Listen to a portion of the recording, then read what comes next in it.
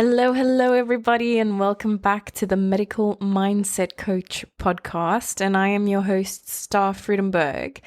And hopefully brief, but today's topic I'd like to talk about is the Mr. Old vitamin D. Obviously, for all of those who know me, I'm based in the UK at the moment, but originally from South Africa. And as the climate goes, we are finally veering into winter. And the most important vitamin I think that people need to ensure that they are consuming or taking in some way and form during the winter months is vitamin D. Vitamin D, I would say, is a vitamin that really is important for helping to regulate calcium and phosphate in the body. And what I want you to think when I say those terms is to think of bones, teeth, healthy muscles. Very interesting fact that I learned when I studied nutrition is that your body will need vitamin D naturally, and if it hasn't got enough of it, it will then steal calcium from your bones. So you need to have vitamin D in your system in order to absorb calcium from whatever way and form you consume it, whether it's through supplement or through food. Otherwise, that will steal, the body's best intelligence, it will take it from somewhere. And this is what ends up developing or causing arthritic type conditions, osteoporosis, bone deficiencies, bone deformities, even things such as rickets in children. Maybe you may have heard of this. And it's quite problematic because, again, in my work, I'm starting to see more and more people being diagnosed with these arthritic type conditions. And to a point whether it might just be through massive deficiency for a prolonged period of time, or an autoimmune condition such as rheumatoid arthritis that, you're diagnosed or born with, or develops at some point through a trigger in your life. And it really does have a massive impact on your life. So what am I basically doing here today is just trying to get that information out there to just say, sun is starting to disappear. That means start consuming vitamin D more, right? It's very interesting. I've started to learn, or have learned through meeting different patients, that vitamin D deficiencies can actually result in other conditions other than just arthritic conditions itself. So it can also result in different health risks affecting the brain. So again, also very common, or more commonly being diagnosed as things such as depression or schizophrenia, or sort of low hormonal moods that will affect the brain. In your circulatory system or cardiovascular system, these are things that can induce high blood pressure, coronary heart disease. In your muscles, you can get aches and weaknesses, and sometimes atrophy as well. Respiratory, through the respiratory system, we can think about things like asthma and wheezing. Another very common condition that's being diagnosed at the moment is diabetes, because it will be affecting the pancreas. And in this case, more specifically, type 1. So just high level, type 1, type 2, you will have heard of these things, but what does it mean? Type 1 is when you're actually diagnosed from when you're a child, and is medicated and will obviously need to be regulated throughout. Whereas type 2 is when you're diagnosed later in life, when you're an adult. And I'm going to use the word if you are lucky, you might not need to be medicated and can be managed or hopefully put into remission when you've controlled your diet and sort of lifestyle and habits and stress to get your body into a state that's manageable and hopefully reversible. And again, lastly, the one that I spoke about is bones, right? So rickets or osteoporosis type thing. Other very interesting one that, again, very common in the work that I'm seeing at the moment is polycystic ovaries. So there is an interesting link between PCOS and vitamin D deficiency, which will be affecting moods and also weight management, weight control. That women that I see with this condition just basically are swelling up to and might not even be eating anything as well. So it's very, very interesting. And then the knock-on effect with that, which is most common in women to have children, is that they are infertile or unable to have kids as a result of this condition. So most important in one, when you're being diagnosed with the condition. Two is, let's just get back to basics and see what are you nutritionally deficient in. And it's quite common to see vitamin D deficiency. I see it all the time because one of the things that I do is that I get people in to do, I would call it an essential health check. So we take your blood and we send it to the lab. So the common test that we do is checking your B12, your B9, or also known as your folate. We'll check your iron levels, we check your vitamin D levels, we check your cholesterol, and then various indicators or markers of your liver. So checking your heart health, your liver health, and then sort of most important vitamins. And whether or not it's because we live in the UK and the exposure of sun is not at its maximum as it should be compared to other countries, if you think in Asia or Australia or South Africa, where I'm from, or various parts in the Americas. Oh, and then we're thinking about places like, you don't see the sun at all. I'm thinking extreme, like Antarctica, Iceland, Greenland, Canada, when it can get to minus 40, really, really crazy temperatures, and also in the Nordic regions. So it can be quite impactful, but again, it's not, I would say, common knowledge that people just go, yeah, okay, do you know how important vitamin D is in the body and what prolonged deficiency can cause, and again will result in these conditions that will become so impactful on your life that it will eventually cause mental health issues as well, because you can't do sustained things for a long period of time, or maybe you might get bedridden or always in pain, which can be quite a massive distraction. So people at high risk of not getting enough vitamin D, all children, even age from 1 to 4, and babies, they should be having a daily supplement. So I've just written down a couple of sources of food that I think that are quite interesting to know. And it's also foods that I see not everyone loves, and especially now with, I'm going to call it the new era or the new age, where everyone's becoming vegan or plant-based, and the sources where you can find vitamin D are in oily fish, and common one you'll hear is salmon, sardines, herring, and mackerel. You'll get it in red meat. Eating liver. I don't advocate eating liver personally, because the liver, it's a superior organ in the body, but it holds all the toxins of the body. So if you're eating liver from, for example, I've seen you can eat chicken livers, you're then consuming also the toxins, as well as you might be getting a couple of the benefits. I don't think, when I do a cost-benefit analysis, that it's worth eating liver, which also gets translated into, pâté as well, which is quite a common French delicacy as an appetizer. You'll get it in egg yolks, and nowadays with, I'm going to call it genetically modified food, where things are being put in to just make it somewhat more nutritious from what they already are. We call it fortified food. So I know in Australia, as an example, that margarine has to be fortified with vitamin D. And then in other places, it's just, you'll get fortified foods where you'll find fat spreads, breakfast cereals.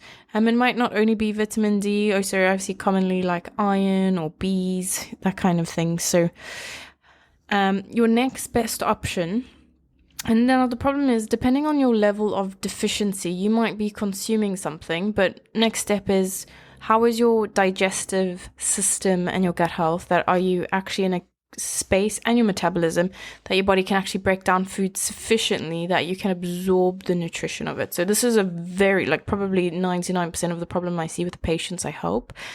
People's systems are not working correctly due to how they've been carrying out their life.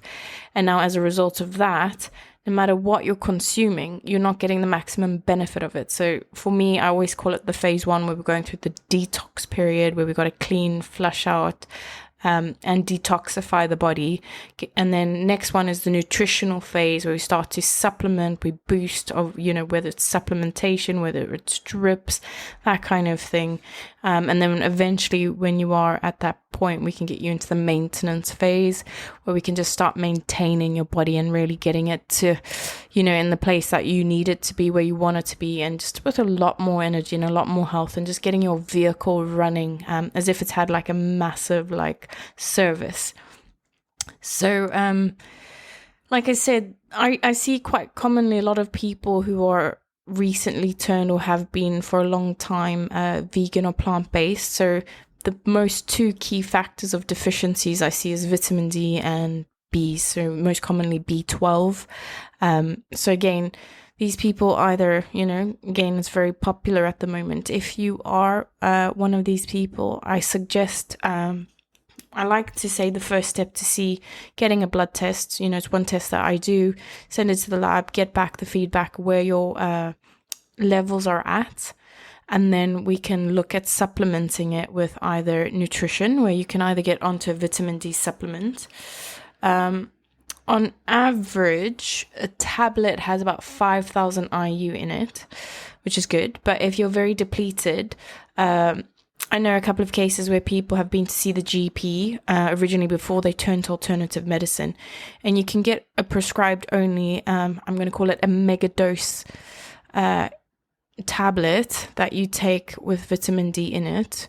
How easy is it to break down in the body? I'm not quite sure, but anything that your body can absorb from where you are at is obviously much better. But a much faster route and a less admin intensive route that I offer at my clinic, aside from supplementation, if we do like kinesiology, for example, or blood tests, is I do a vitamin D injection. And I find that to be very, very helpful because it has 300,000 IU units that go straight into the bloodstream. I inject it into the muscle and quite commonly through the arm. And from that, the beauty of the admin is that the injection lasts for 3 months. So you just come in, you get a jab, and you don't think about it at all. Which is really, really helpful, I think, because most of the time people are swallowing things left, right, and center, and again, we're human, so we're subject to being lazy or forgetting or running out and not having things on time. And we just want to keep that cycle and structure and strategy rolling with the routine. Another thing a lot of people don't know, for people with darker skin, so we're talking about Asian or African people, as a result of the pigmentation levels, the best way I can explain it, it's like the darker the skin, more it's blocking the UV rays from the sun to be absorbed through the skin. So traditionally speaking, they are at risk or do have noticeably lower levels of vitamin D compared to, just going to say like the average white person, right? And now if you are a non-white person living in the UK, I would say, okay, you need to definitely get on to vitamin D, because a lot of people suffer from conditions and they just think maybe it's a genetic thing according to the specific race that they are. When actually, no, it's just, again, customized to the individual per your need. Maybe you need more than the average person. But again, I'm trying to lift the veil of ignorance and get people into the know and go, oh, I didn't know that. Let me get this sorted for myself, and let me tell all of my people around me, within my circle, friends, family, work colleagues, children, and, let the word spread so people can, again, become more informed, making more educated decisions. And again, the stance that I'm working on is just trying to get people to start doing stuff now. That means that in the future we can prevent or mitigate or really significantly reduce health disorders, that would be resulting physically, and then will translate into emotional and then most likely mental health as well. So, just do stuff now, get on it, and, avoid so much drama in the future. And this is why I keep reiterating to people. A lot of people only go see a specialist or some expert of some kind when they're feeling unwell or when it's become an extreme case. And I just think it would be good, invest in yourself, go out there, get a general check, whether you go to, I would say more probably in this case, alternative medicine practitioners or holistic doctors, because they will give your whole body a service, if you will, that they'll just give everything a check. Whereas if you go to the GP, they programmed, tell me what your problem is, and then we will diagnose. Whereas if you go to someone who's working with the whole, I think a really good therapy in this case is kinesiology. If you haven't heard of it, you can look at my website or just Google it, which is just basically we can ask the body where are you at the moment through the use of muscle testing. And just say, okay, cool, what do you need? What don't you want? What do you need to avoid? What do you need more of? What is a priority right now? And then you just basically keep servicing, doing small service checks regularly that would prevent you needing a big service, and obviously paying a lot more, I would say time and financially as well as emotionally. So yes. What else did I want to say about vitamin D deficiency? So people go, all right, this is very interesting what you're saying, but what does symptoms of vitamin D deficiency look like? And what am I going to say now? I've just listed a couple, but these are going to be symptoms. You're going to be like, I have that. Oh, I've experienced that. Oh, I sometimes get that. So it makes you think, maybe you should get this checked, right? So if you're listening to this from anywhere else in the world or, not accessible to where I am, please do go either to a specialist or usually privately is better, I would say, because like for example, here the NHS are not really as supportive or have the funding to support checking, whereas unless you have a genuine problem, yeah? So I think this is something you need to already factor into your mind. Maybe I need it, but I need to go the private route. Right. So symptoms that show vitamin D deficiency in your body. 1, excessive sweating. Fatigue. I think everyone knows. Digestive problems. Super common. Immune impairment, so low immune system, getting sick, always getting flu-like symptoms, etc. Next one is joint pain. Next one is dry skin. Next one is high blood pressure, also very common I see at the moment. Next one, mood swings. Very touchy subject, I would say, because, there is just personality specific that people are moody and temperamental, but there is, I would say often a misdiagnosis or confusion between someone who's just, again, nutritionally deficient versus someone who actually has a genuine mental health disorder. And again, the problem I often see with the people that come to me in my work is that it's just boiled down to a vitamin deficiency, and people have been put onto medications for mental health conditions, and actually it was a misdiagnosis. And this is something really, really important that I like to focus on, because it's a subject that, people go to the doctors, but doctors only treat you when you say, I have a problem, and then give you a solution, but it's not necessarily a correct one. It's sometimes just, you've seen this case 1,000 times, you assume it's this and you prescribe for it. And it's sort of like a one-dimensional mindset. Whereas, of course, when you come to an alternative medicine practitioner or holistic doctor, we look at the whole. So we're looking mind, body, soul. And most commonly in my work, I see it's just, you've had a nutritional deficiency, and as a result, you're experiencing things differently. And that, again, is a very good indicator because the body's communicating to you that something's off kilter, something's not in sync, or out of balance, and we just need something to put us back into balance. So I always use the analogy that our vehicle is like a car, and the warning signals are coming on saying something's up, because if we never had it, we'd never know where our health was at. And, I think it's better this way. Like, for example, I think something quite dramatic, but it's, imagine if you lived your life very unhealthily, not knowing what was deficient, not eating good diet, and then you just died at 38, like, poof. And you go, well, I wish the body told me that something was wrong, right? So the body is showing that you're normally like a certain way, and now you're often like this, figure out what's happening.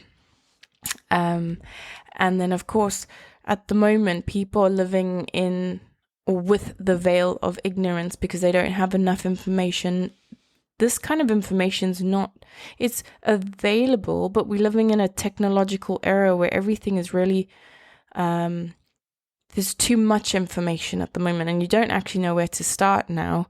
And those are the problems with information on the internet. Depending on what you look for, you can see the pros for it or the negatives for it, and they can be completely opposing and opposite. So it leaves people confused. And again, a huge motivation of why I'm doing these podcasts is just to get you in the know. Right. And then the last symptom that I see, or that I'm aware of with vitamin D deficiency, is being overweight. A very good example is I have one client, she eats basically nothing. Like, if you had to have a meal a day, she would eat a quarter of it and nothing for the rest of the day, but pushing near 100 kilograms or 220 pounds. And when you hear a story like that, you think, wow, that's just impossible, Then you start to allude to things like, oh, maybe she's secret eating or not really being honest. But the truth is that was her situation at the time. And turned out that she had polycystic ovaries, and when finally went to the hospital because, with all of these symptoms, just gaining weight massively, terrible mood swings, was diagnosed with extremely or chronic low deficiency in vitamin D, and then got put onto prescription level medication with vitamin D. And since then, it's as if she's a new person, just weight has come back into its natural state. Her moods are much better, not experiencing mental health issues anymore, and really just getting back into an ebb and flow of things. So, a lot of these symptoms are very common. A lot of people brush them off. A lot of people, again, always using this, I'm going to use this, this common phrase, oh, I'm just getting old. Maybe you're not. Maybe it's just genuinely you have a deficiency, but you don't know what it is. And this brings me to the point to encourage people to do checks. I think, to be quite honest, wherever you are in the world, this is stuff that you'd have to spend in a private capacity, because at the NHS in UK, for example, public healthcare, they only treat you if you have a severe problem. They don't go, oh, maybe we should check this out, or maybe we should do this. It's like it works on a problem solving model. Massive problem will give you a solution, whether it's the correct one or not. Whereas if you go to an alternative medicine practitioner, holistic doctor, they're going to go, okay, let's look at the whole, let's see where you're at and see if there is something that's relevant. It doesn't harm or hurt you to say, okay, let's just go for a checkup. If you do that for cars, and you do that for repairing equipment, and you do that for phones, and why do we not do it for our most valued asset in the world, our own body, right? Our body's health, our mental health, etc. So I find that quite interesting, and I just want to, again, just throw this golden nugget out there just to reshift the focus and place value on what is the most important thing, actually, and that's you. right? So there is, of course, the suggestion to go outside and get, because we call it the happy vitamin or the happy hormone, vitamin D. And the most common way that you're going to get it is through exposure from the sun. And of course, if you live in a climate that doesn't facilitate a lot of sun, where I'm thinking extreme places like Antarctica or Canada in the winter, or Nordic countries or Iceland, Greenland type things, versus places very exposed, like where I'm from, South Africa or Australia, or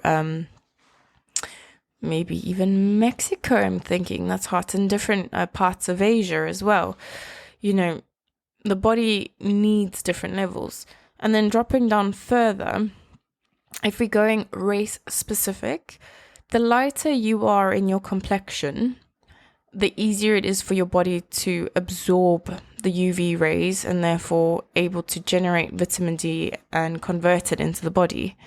Whereas if you're Asian or African and you have a darker complexion, I almost want you to imagine that it's almost like a sunblock, that your skin pigmentation is blocking the absorption of the UV rays. And as a result, statistically speaking, non-white people are at higher risk of vitamin D deficiency. And I work a lot with I would say actually with everyone, but I would say I work with a lot of people who've come to me that are not white, and they haven't known that information. And again, a lot has changed since being informed and giving vitamin D. And then again, the moods have improved, weight management has improved, fatigue levels have improved. So again, it's just about getting that awareness out there. But yeah, so especially if you're a non-white person living in a non-sunny country, so really, really important. But when going outside, another T&C that people, or awareness people don't know necessarily, is that just because there's clouds covering the sun doesn't mean that there's no UV exposure. It's actually proven that it's a higher UV exposure, so you can still go out and get some sun exposure to help support some vitamin D. You don't want to go out and be fully covered. You need as much surface area of skin exposed, so maybe your arms or your lower legs, your face, whatever you can to do so. For someone with a fairer or lighter complexion, we're talking on average like 10 to 15 minutes exposure, ideally per day. Whereas someone with a more medium to darker complexion, we're talking about like average of like 20 to 30 minutes a day. That would be very helpful. And just, one point that I want to point out about, people think now like, ooh, they listen to this podcast, they're like, ooh, I need to up my vitamin D. I don't actually know, like I am a vegan, I am a plant-based, I'm not going out in the sun, I'm working all day in the office, Don't just start going and swallowing a lot of vitamin D tablets to think you're going to boost, because there is a problem that if you over consume vitamin D, this can cause an impact on the body where you you can cause too much calcium buildup in the body, which over a long period of time. Okay, so if you had to hypothetically already swallow the tablets while you're listening to this podcast, and now you're like, oh, I've done it. We're talking for extended or long period of time, right? But this basically can cause too much calcium building up in the body, or hypercalcemia, and this can weaken the bones and damage two major organs, being your kidneys and your heart. So you definitely don't want to do it. So again, really, really important. And to reiterate, do this with an expert. Don't think you are an expert, because sometimes what you think you're doing might not be the right thing, and you might be causing more damage than good. And there are some people who have medical conditions that might not be able to consume vitamin D or too much vitamin D, because various means of whatever condition they could have. I can't give any specifics offhand. But you cannot overdose through too much exposure to the sun. But again, our next problem, with the ozone layer, it's always important to remember to cover up and protect your skin. Not be there for excessive or prolonged periods of time because of, the risk now of skin cancer or risk of skin damage. We have to play within the realms of the conditions that we're in or living with at the moment. So I think that's really important. So I think protocol for people is you come in, you do the blood test, see where you're at and see what kind of symptoms you're experiencing, because this might indicate maybe low D or maybe Bs or maybe everything. And I always recommend a therapy that gets, that is a holistic therapy that is always highly recommended, called kinesiology. And that's talking about a therapy using your muscles in your body to explain what your body needs. It sounds very alien, it sounds very complex, but I think it's a fantastic modality, very customized to the individual, that your body can communicate what it needs without just taking things generically, or, for example, being prescribed something generically from the GP. And we can really take it to the next level. It's nothing invasive, and something you can do as often as you need. And any type of thing that you're experiencing, emotional, physical, trauma, mind, body, soul, that kind of thing, it ticks all the boxes because it's a fully all-encompassed modality in one. That's, really, really taking off, I think, internationally. It's been around for quite some time, but I think now the popularity of it is growing at quite a rapid pace. So do check it out if you need to know more. There's videos online on YouTube. I've got one on my YouTube channel explaining. There's on a service page on the website, so it's explaining a little bit more what it's about. But again, this can also pick up about, does your body need vitamin D or not?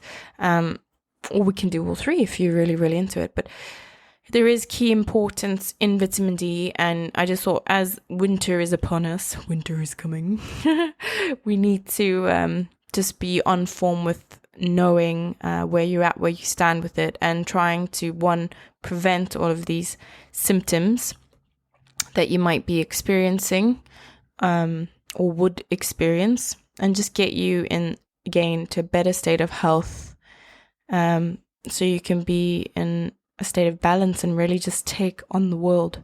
All right, so on that note, we're going to wrap up on vitamin D today. Again, always looking forward to hearing your feedback, especially when you come into clinic saying like, oh, you didn't know these things, or maybe you think you need to have this checked. Or if you are anywhere else in the world, just going locally and finding practitioners locally that can help and assist you as well. All right. Have a great day wherever you are in the world. Get out, get a little bit of sun, and just get your smiles on. I think is really good. We're getting near the end of the year where people are starting to sort of, I'm going to use the words, drag their feet and just go like, oh, when is Christmas coming? I just want to break now, or tired. It's been month end, and I just, spending's tight because costs are going up over winter, and you have to buy everyone Christmas presents and all of that. So just think, namaste, everything's okay. Yeah? Cool. Have a good day. Bye.